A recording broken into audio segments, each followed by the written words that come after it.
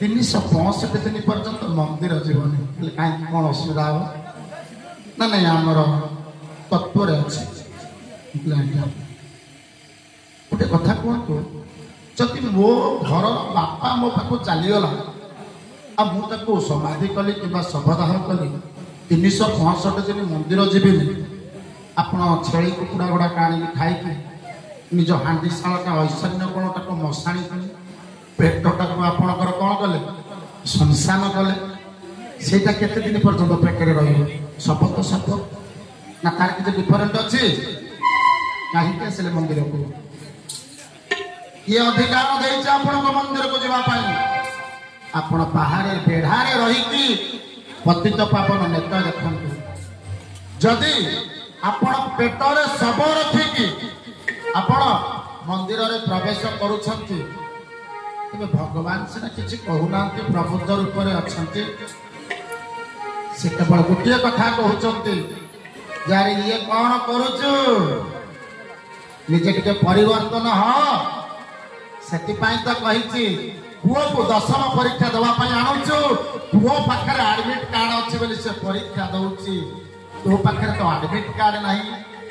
तू तो निजे परिष्कृत नुह तू केमी आसिलु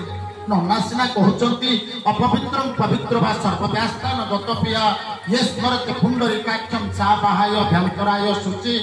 नाई आज्ञा अजाबेल गोटे थर नारायण नाम डाक जाइला बोले से स्वर्ग को जाइला ठीक कथा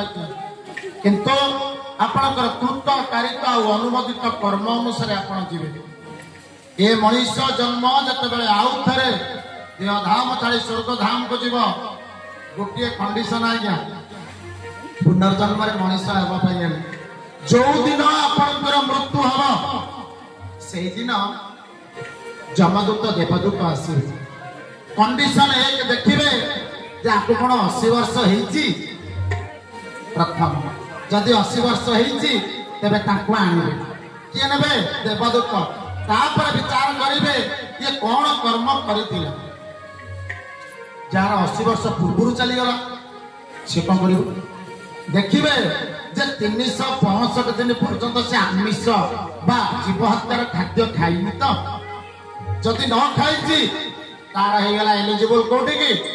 ना देवदूत पाठ को तापर से विचार करेंगे ये कौ टाइप सेवा करते व्यक्ति विशेष जदि जीव हत्यार खाद्य खाई सारा पर